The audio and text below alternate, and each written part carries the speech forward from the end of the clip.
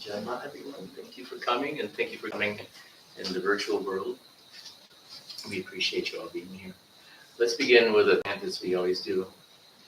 Om Sato Ma Satgamaya Tamaso Ma Jyotir Gamaya Mrityur Ma Amritam Gamaya Om Shanti Shanti Shanti. Om, lead us from the unreal to the real. Lead us from darkness into light. Lead us from death to immortality. Om, peace, peace, peace. Well, again, thank you all for coming. The live contingent and the virtual contingent. So this is the 10th and final class on the Ashtavakra Gita. The rest of the 9 are online on our YouTube channel. So if you guys need that, obviously you online know where that is. It's the same channel you're looking at this on now. And by the way, all the Swamis who have ever visited, their talks are on our YouTube channel too. So we have some amazing talks that have been done by the different Swamis as they visit. So we want to keep those as cherished memories. And we do have some coming up that are very exciting. Swami Satchimayananji will be here live in the Las Vegas Center the 28th and 29th of September. And so he's going to be giving talks. We'll start puja at 4, his talk at 5 on Saturday and Sunday. That way it's not too late and it's not too early for everybody. And there will be a prasad dinner after each offering. So virtually it'll be there, and we'll have them as well live here too. So we're very, very excited. So, so let's dive back into the Ashtavakra Gita and the idea of non-dualism. And this is the idea of this class was slightly different, and it was to give a practical experience of these profound states that have always been described or expounded or given in the scriptures of ancient India. And Swami Sarvapriyanandaji was the inspiration for this, obviously, because his classes on non-dualism are so profound and so amazing. And he gives a very enlightening point on the different scriptures in India, on different scriptures in general. Shravana, Manana, Nididhyasana. So he says that these are the stages of learning, of absorbing these profound truths. Shravana, listening, either from a teacher if you're lucky, or from a scripture being read or something like this. Listening, shravana. And some of the scriptures are actually this kind of scripture, he says, which is interesting to think about it that way. And you can think of some scriptures that are like that. They're just expounding these beautiful truths and stating them. And so that's kind of like the first glimpse. Then manana. This is when you start to have the time to use the mind, the manas, to be able to break down and digest these truths so that you can accept them, basically, mentally, as an ego, as an individual soul, to talk about. Because these ideas a lot of times are very foreign to us, and that's something that we are accustomed to, that you are that. There's one state of consciousness. These are things that are very simple, but very earth-shatteringly profound. So manana, and some scriptures, and you can think about those, a lot of Shankara scriptures are very much manana scriptures, because they're just really digesting all of these concepts, and he's arguing with different points of view. And he was just an amazing dialectic genius, and far beyond my scope to really truly understand what he was trying to do in some cases. Nididhyasana is something that's quite rare, I think, and I think it's really becomes necessary, because Nididhyasana is actual breakthrough of experience, something that is personal to you, that is profound enough to actually make a change in your whole dynamics of worldview, of how you see yourself, how you see yourself in the world. It's enough to shatter the ego, and to make a change in our point of view, which is generally stable from the time we're born and is growing.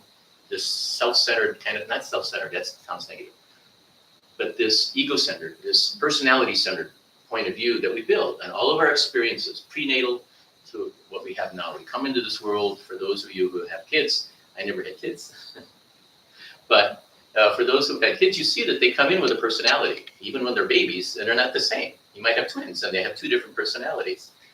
And then they develop from there. So this is kind of a rolled, continual rolling of this personality development.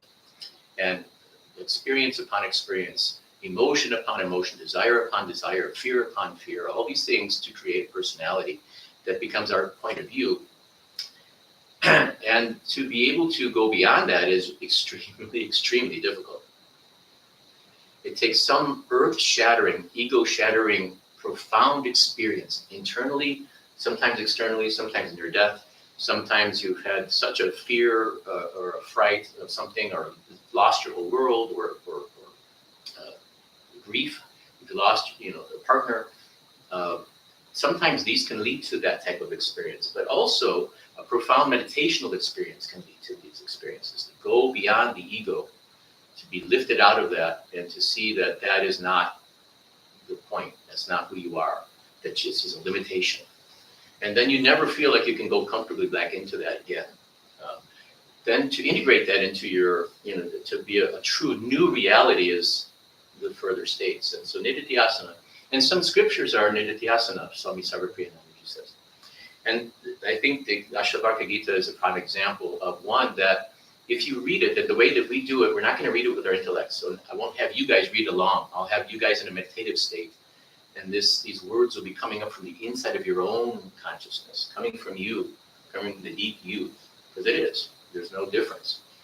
And so this is the way that the Ashtavakra Gita really is best to understand. And some other scriptures are that way too. So that's what the purpose of this class is. And, we always say that one thing I have to give credit where credit is due is that only in ancient India do you find this non-dualism propounded. Think about it. In all other, at least the religions that have come down to us, that we're aware of, some of the ancient religions might have had some of these concepts.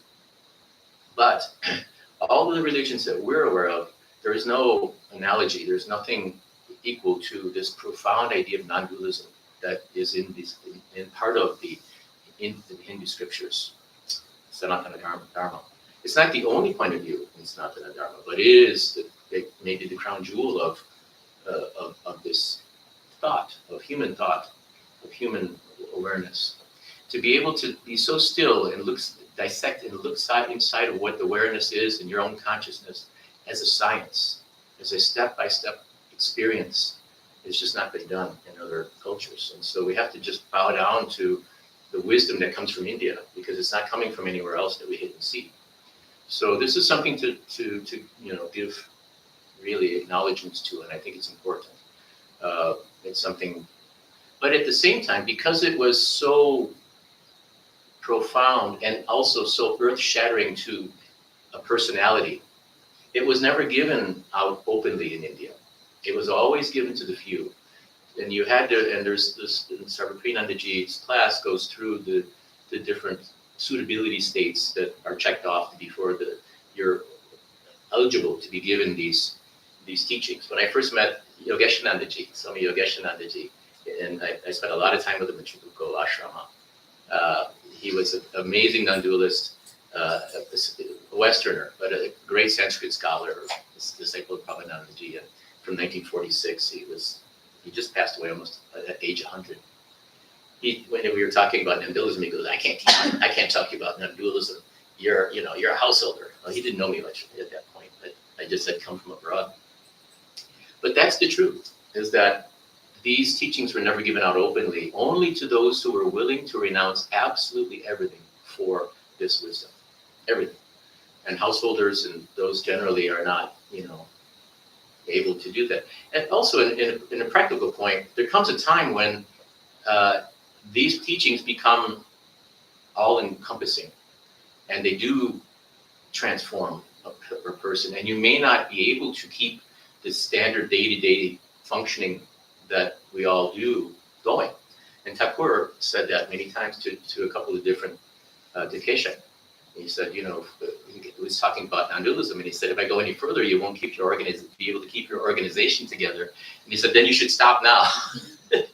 He said, please stop now because he wanted to be the world teacher. And I think this is true. My experience from the little I know in my observations of this around, especially in India, is that I think there's a time when that is very, very true. There was a danger also. So let me say this, that the first time that these teachings were broadcast all over to the world was through Swami Vivekananda. When he came to the West, he didn't come preaching Thakur. He didn't teach Sri Ramakrishna. He didn't try to create a worship of Sri Ramakrishna. Matter of fact, his brother disciples were upset that he didn't mention Sri Ramakrishna more in his lectures, only one time.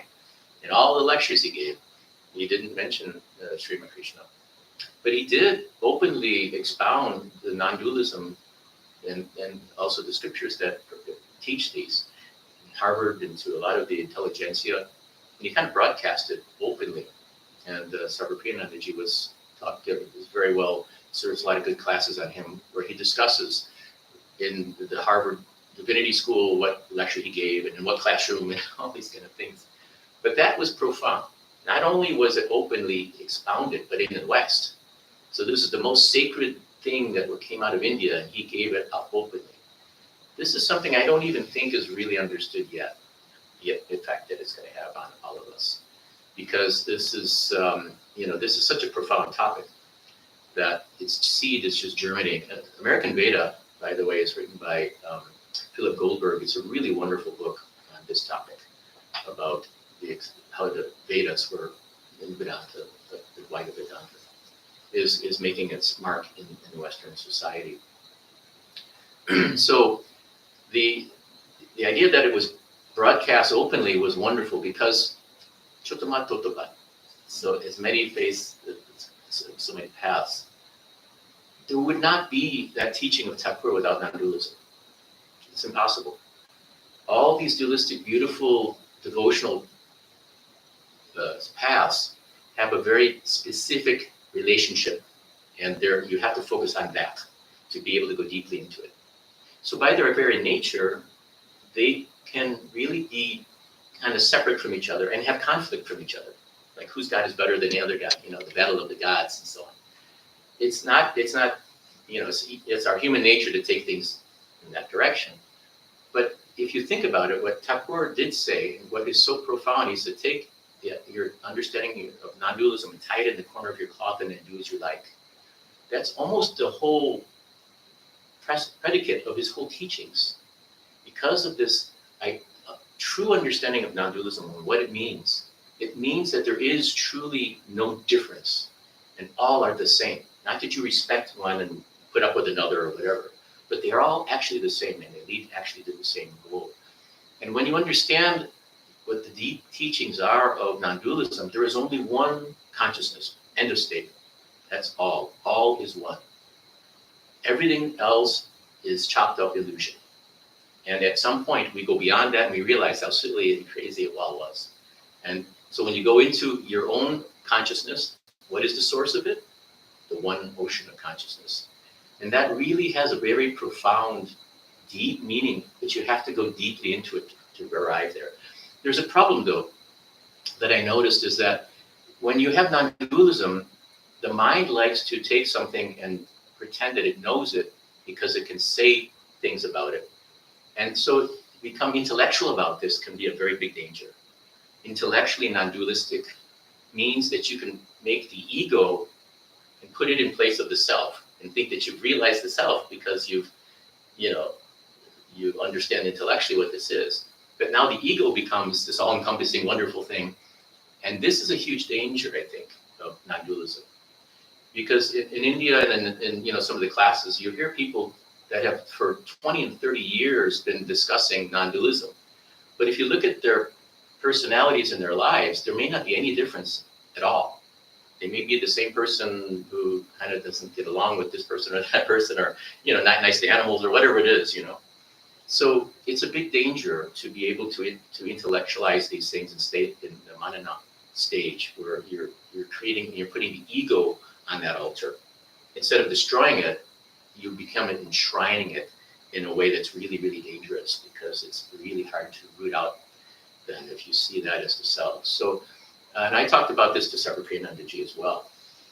So that's kind of why this kind of was born, because instead of just intellectualizing all of these amazing teachings, we just want to be able to have even a small experience with it, just so that we can taste it.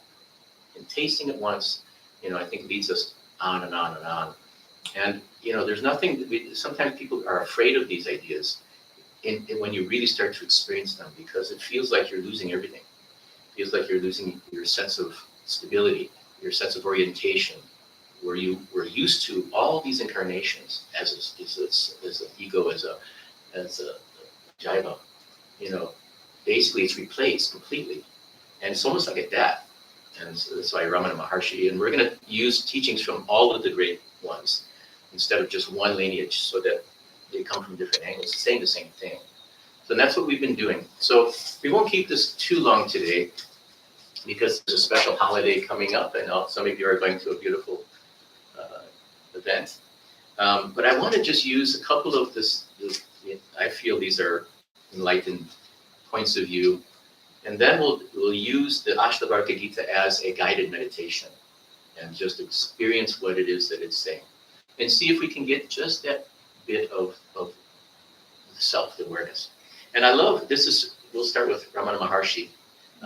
And that's, by the way, it's Ramana Maharshi on our altar, and that's carved by villagers there were generations in Tirumalai from the rock of Arunachala.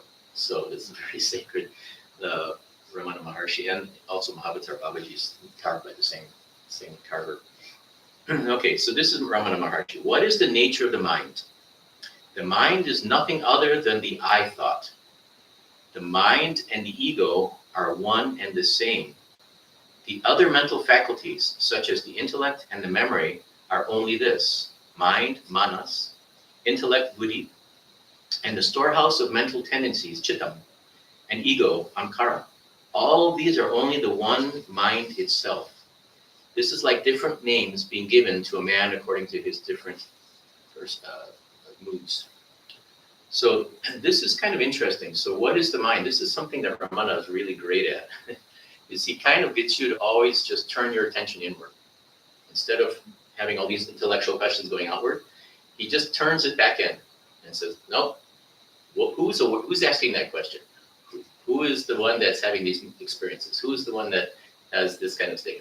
Always turning it back in. If you read his teachings, he was just a master of that.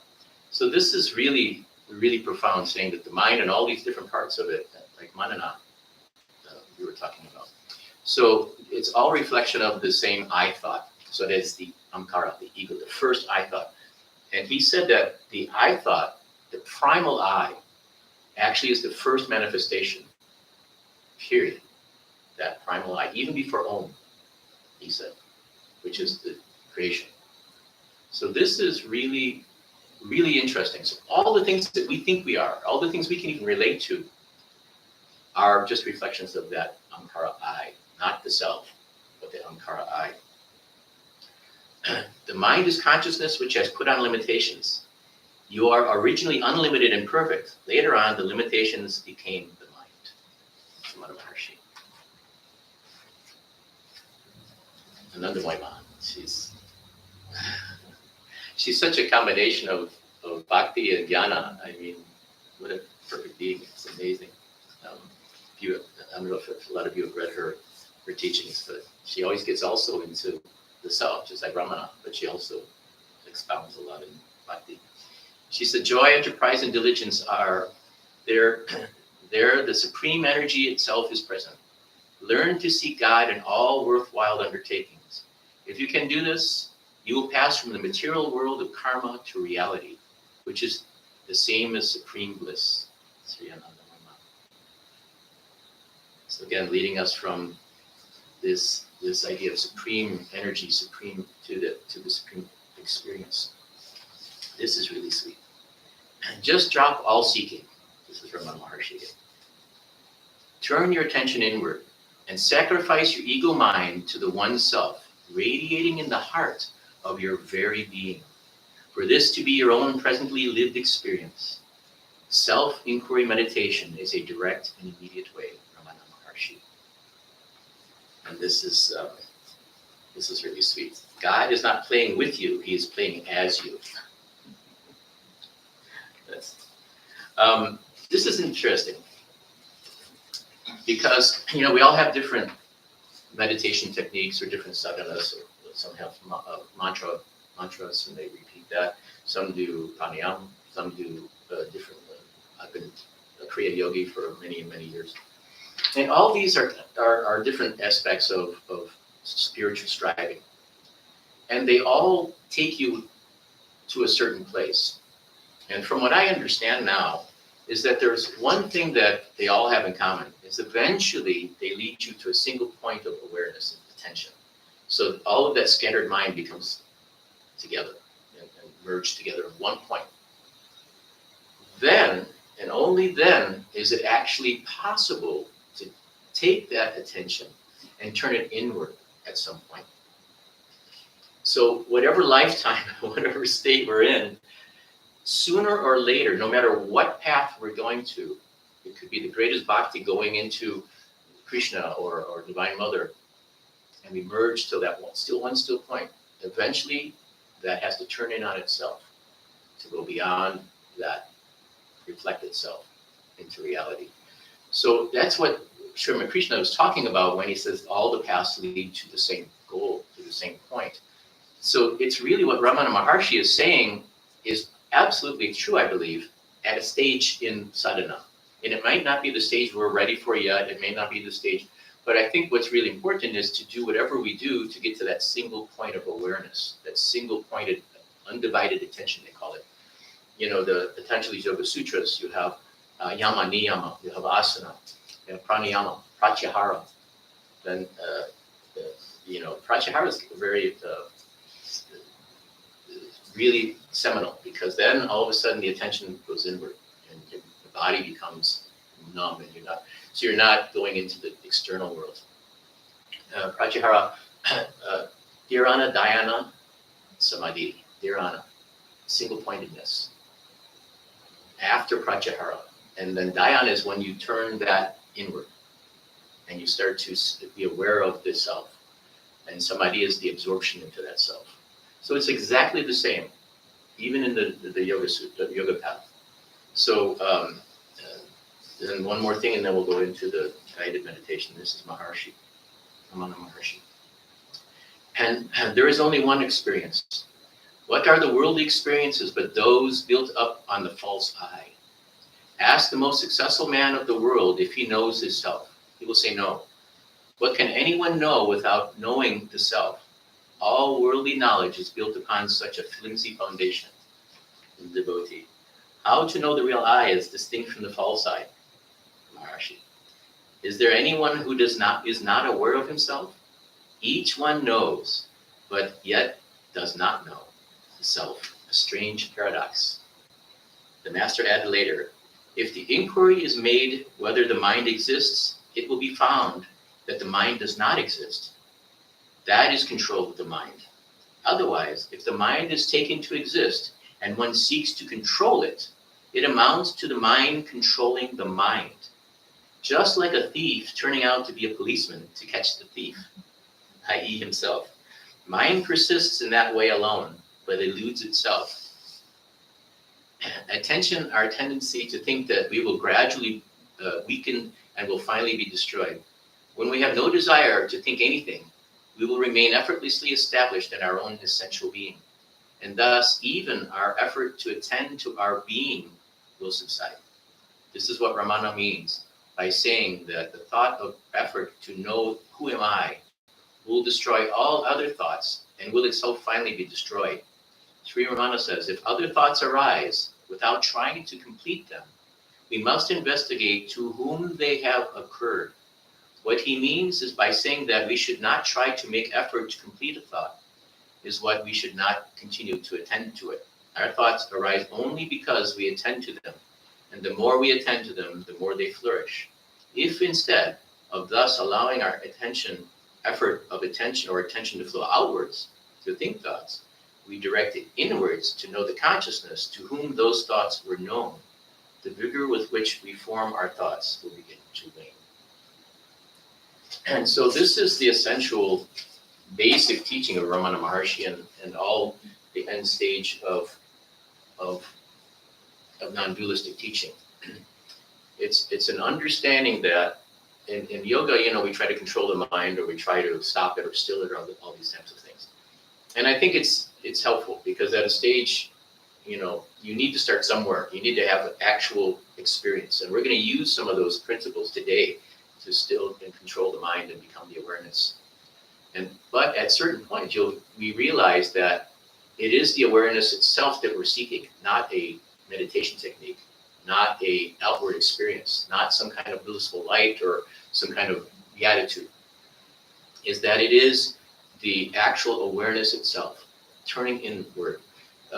What Swami Vivekananda, and he had such a great way of putting it. He's such a wit. He said, I went to all of over India, my forehead bloody by bowing down to everything and every statue. He said, I found no peace. He said, when I thought I found a little peace, it would elude me. He said, I finally found peace when I turned the attention within my own self. And, of course, his own, such a great personality of putting it. But this is true. I mean, if you think about it, we can go nuts trying to do every puja correctly, everything right, making golden goddesses and gods, and making the biggest one, you were talking about 90-foot, Hanuman or whatever. All these things are there, right? And all that can go on for lifetimes. At some point, we have to realize it just doesn't lead anywhere. It's not going to satisfy us. It doesn't remove pain from the possibility of reoccurrence. And that's what the Vedanta is stating that we're trying to do. So what we're going to do now is we'll do a chant. and this is kind of interesting. I wanted to bring up just real quickly the idea of grace. If I sit on the ground, Please. I'm more Please. comfortable. Would you like a No, cushion? I'm good. Huh? Yes. Oh, that's okay. This is pushing it. Okay. It's a big cushion. Yeah.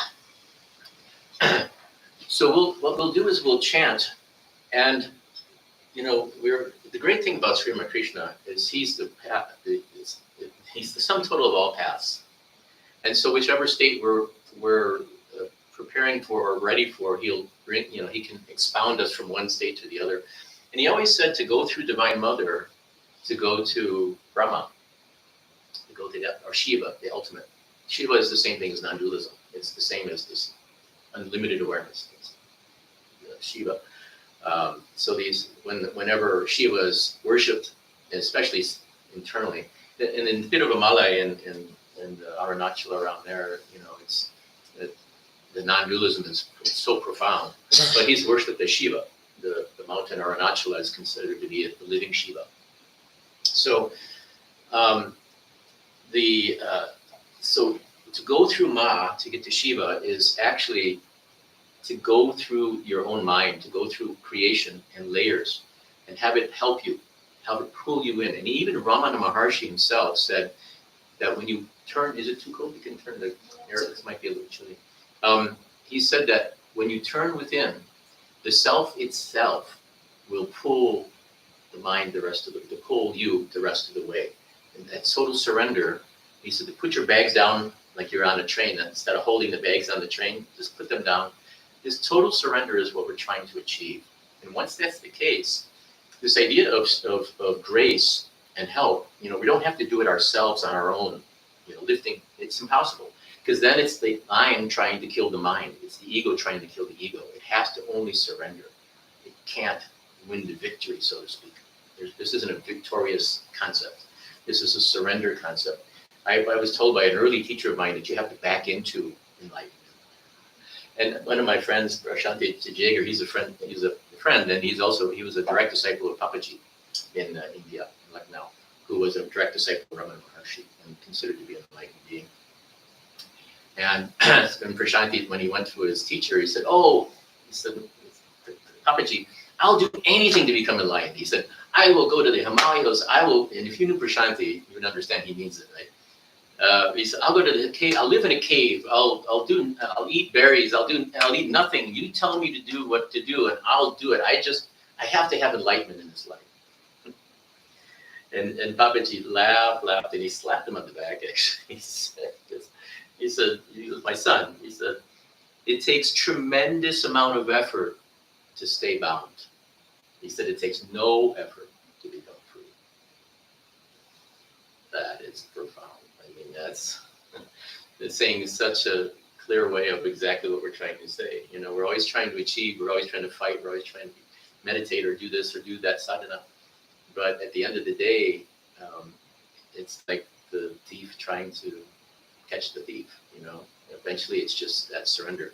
So going through Ma to get to Shiva is really the idea of the surrender to that creation, because Ma is all of vibratory creation, it's all manifest creation.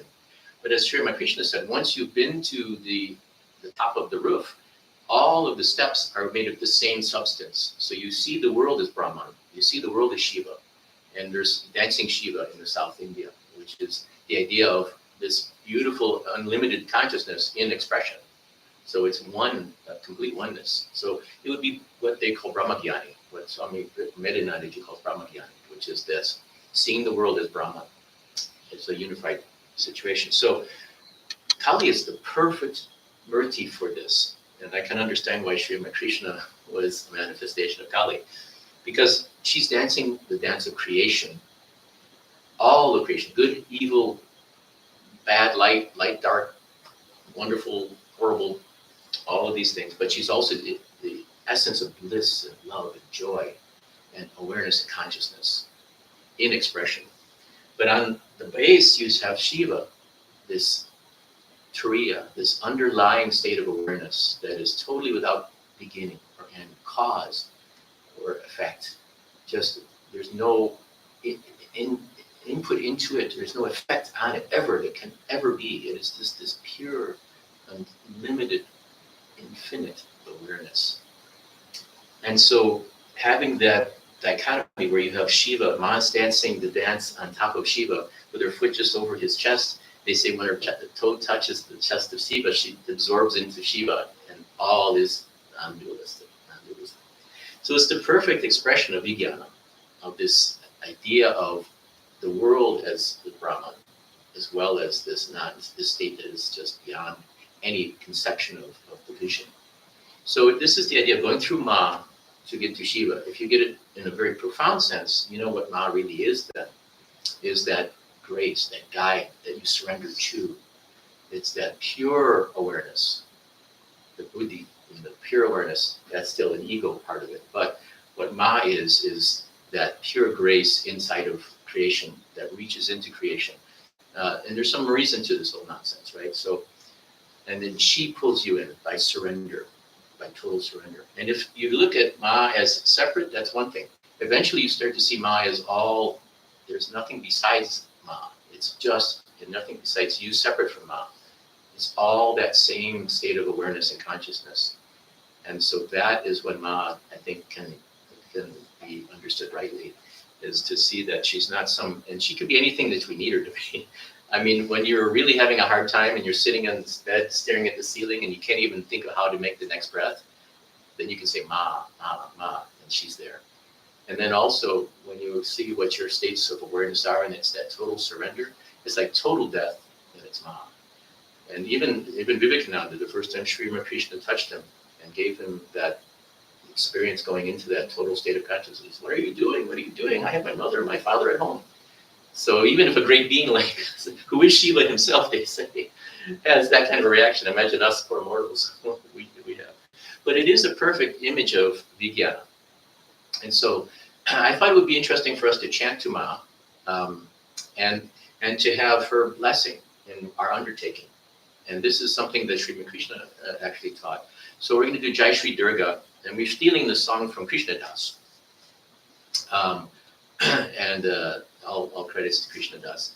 So we'll do Jai Ma Kali, then we can do Jai Ma Durga, we can do Jai Ma Lakshmi, and we can do Jai Ma Saraswati.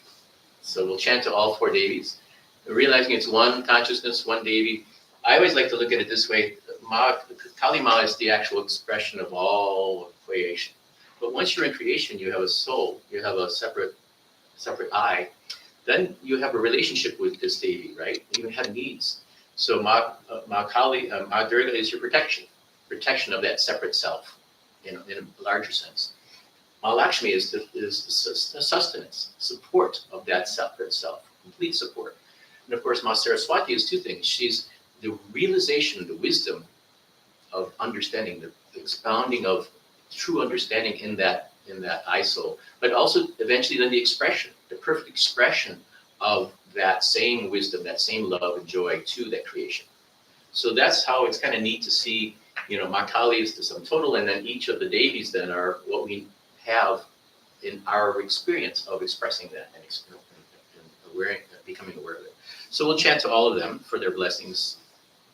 And then after that, what we'll do is we're going to do a pranayam, a simple pranayam that Swami Sarvapriyanandaji gives in his Kashmiri Shaivism lecture. It's a Soham chant that goes in consort with the breath, because this is a really easy way to get the mind completely free and completely single pointed, but it also is a great way of becoming the awareness consciousness. Because our problem is we want to control everything. We want to stop the mind. We want to think about this. So we've got to become this awareness without any thought, without any trying to put out any effort to do anything, to control anything. In order for that to happen, you have to have no need, right? No desire. But at this stage of meditation, so what it is it's Soham, and we do it with the breath. So what happens is we're going to do 3 deep breaths. Inhaling, double, holding it for a count of 10, holding for a count of 10, exhaling a count of 10 through the mouth. Inhaling through the nose, holding through the mouth. 3 times. Then on the 3rd time, let the breath go and don't try to control it. This is the cool part. Don't try to control it. Just be aware of it. When it, of its own volition, the body breathes in, you chant so. If it stops breathing, you don't do anything. And if it goes, when it's ready by itself to breathe out, hum. Wait. And if you don't need to breathe, don't. So when it does by itself, hum. What's so cool is if you do practice this, and you can practice this for hours if you want, or for 5 minutes. You can practice this when you're doing meditation, when you're on your meditation sheet, or when you're sitting in the car without driving. You can do it anywhere because it's a wonderful. But it gives us a really great way of becoming that awareness consciousness, where we're not controlling. Not controlling the breath is a really pure way to experiment with this idea of non-controlling, that surrender. And eventually what happens is the breath becomes very faint. And you may not even breathe for a long periods of time. In that case, just be aware of the stillness. Be aware of that stillness, and be aware of, if you can, you might find that self kind of just, whatever that is that you are, just kind of is existing. There's nothing else. And that's kind of neat. There's breakthroughs that can be had. But the other thing that's important is this eyes. And this I learned from Paramahansa Yoganandaji. Where the eyes are pointed will have a change and an effect on your consciousness. If the eyes are forward, that's going to be normal thinking consciousness. You'll be thinking a lot more. Even if the eyes are closed, but looking forward, normal, straight ahead, you'll be thinking a lot more. If your eyes go down and descend, you'll fall asleep. You go into subconsciousness. But if you raise the eyes just gently, not like crazy, but just gently to the point between the eyebrows, that brings you into the superconscious awareness, or stilling of the mind, going beyond the thoughts, beyond that. And so being able to just like having the eyes just at the point. Eventually when they say the deeply meditating yogi, all they're aware of is this. It's just this, that center of awareness. And you might have different experiences. Eventually you won't be aware of the body. The body will become, pratyahara is when the body numbs out. You're not aware of the breathing, you're not aware of anything. And the mind stills itself. And then you're on. So these are the stages. So this is really cool. And if we practice this, it really can help. I think it's just, if we do it together, then it's more motivational. So we'll chant to Ma for her blessings, and then we'll do the breathing exercise pranayama, and then we'll just let it become, once you see the breath, become the witness consciousness. Then what I'm going to do, after we just do some minutes, I don't want to do a long time with this.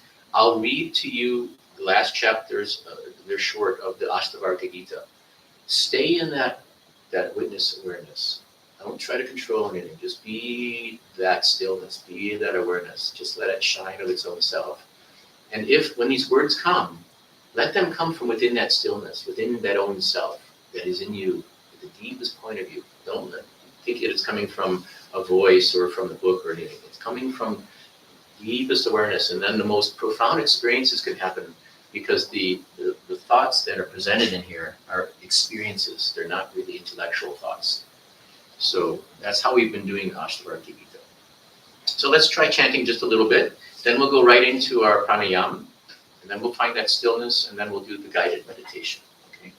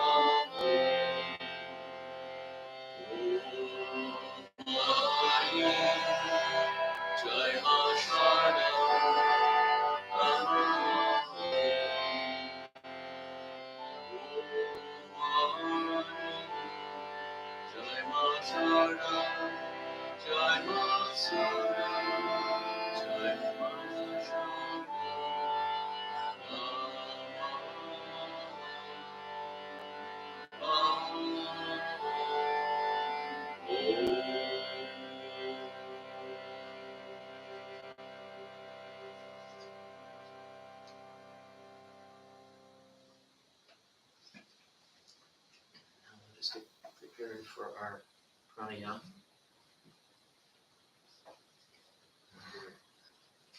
Let's do it in unison, breathing 2 times through the nose, holding, and exhaling twice through the mouth. So again, breathe in for a count of 10, holding it for a count of 10, exhaling for a count of 10. We begin now. Oh, tense the whole body, by the way. Tense the whole body. Exhale through the mouth, releasing all the tension in the mind, the body, the emotions. Inhale again through the nose, count of 10, tensing the body. Hold, count of 10, tensing the body. Exhale through the mouth, releasing all the tension. One time, tensing the whole body, holding. Exhale, releasing all the body, tension. Wait for the breath.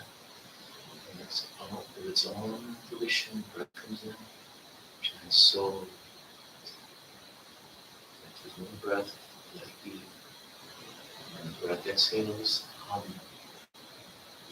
So on you, hum on the exhale. I am he. I am he. With each breath, we're affirming the truth.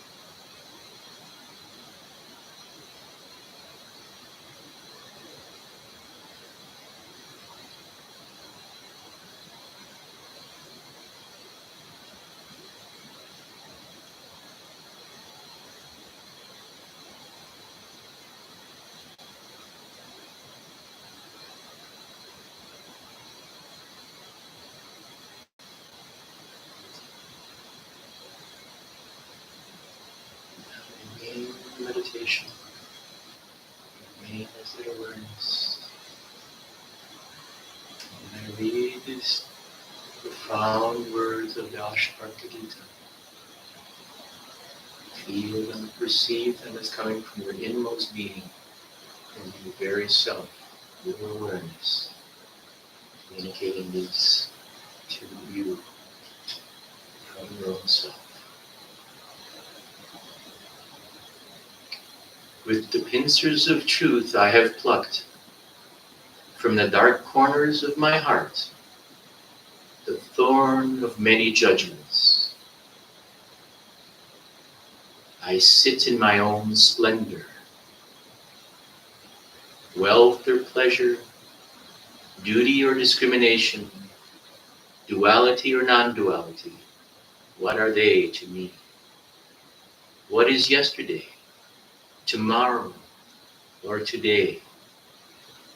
What is space or eternity?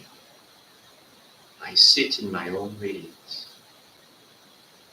What is the self or the not self? What is thinking or not thinking? What is good or evil? I sit in my own splendor. I sit in my own radiance, and I have no fear. Waking, dreaming, sleeping, what are they to me? Or even ecstasy? What is far or near? Outside or inside? Gross or subtle? I sit in my own splendor, dissolving the mind or the highest meditation, the world and all its works, life or death. What are they to me? I sit in my own radiance. Why talk of wisdom? The three ends of life, or oneness. Why talk of these? Now I live in my heart. I am fulfilled. The elements of nature, the body and the senses, what are they to me? Or mind? What is emptiness or despair? What are holy books, or knowledge of the self, or the mind, or even when it is free of the senses, or happiness, or freedom from desire? I am always one without two. Knowledge or ignorance, freedom or bondage, what are they? What is I, or mine, or this, or the form of the true self? I am always one. What do I care for freedom, in life or in death, or for my present karma? I am always without I. So where is the one who acts or enjoys? And what is the rising or vanishing of thought? What is the invisible world or the visible? In my heart, I am one. What is this world? Who seeks freedom or wisdom or oneness? Who is bound or free? In my heart, I am one. What is creation or dissolution? What is seeking and the end of seeking? Who is the seeker? What has he found? I am forever pure. What do I care who knows? What is known? Or how it is known? What do I care for knowledge? What do I care what is or what is not? I am forever still. What are joy or sorrow, distraction or concentration, understanding or delusion? I am always without thought. What is happiness or grief? What is here and now or beyond? I am forever pure. What is illusion or the world? What is the little soul or God Himself? One without two. I am always the same. I sit in my heart. What need is there for striving or stillness? What is freedom or bondage? What are holy books or teachings? What is the purpose of life? Who is the disciple and who is the master? For I have no bounds. I am Shiva.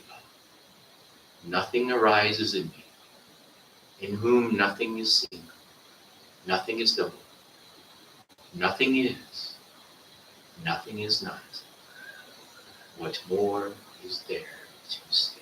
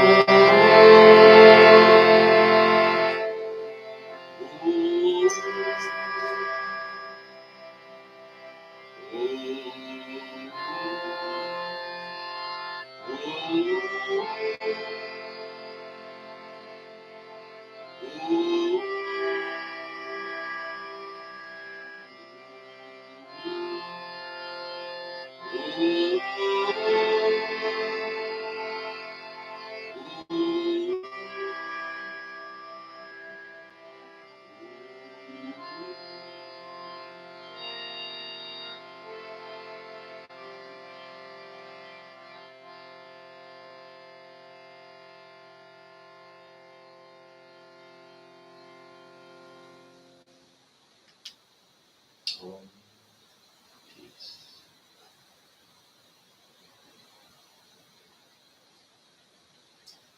Thank you all. Thank Are there any questions about anything? Or think comments or statements or observations or experiences, anything anybody wants to bring out? You know, sometimes I forget to ask afterwards. Anybody feel any something different or something peace? Not only, of course, there's peace. I mean, that's kind of the foundation.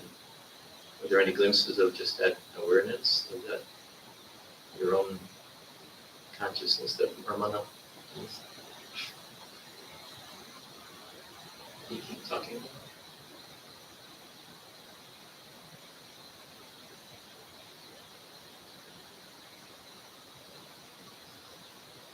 hear you.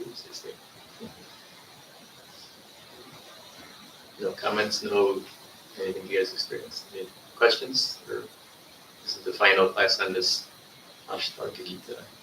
There may be some online, but I'll answer those. I'll answer those texts. Well, thank you all for coming, and this 10 parts and one part for some. We will have, this next week, we won't have a class because I'll be out of town. We will have a puja that Debbie's going to lead at what time? You done.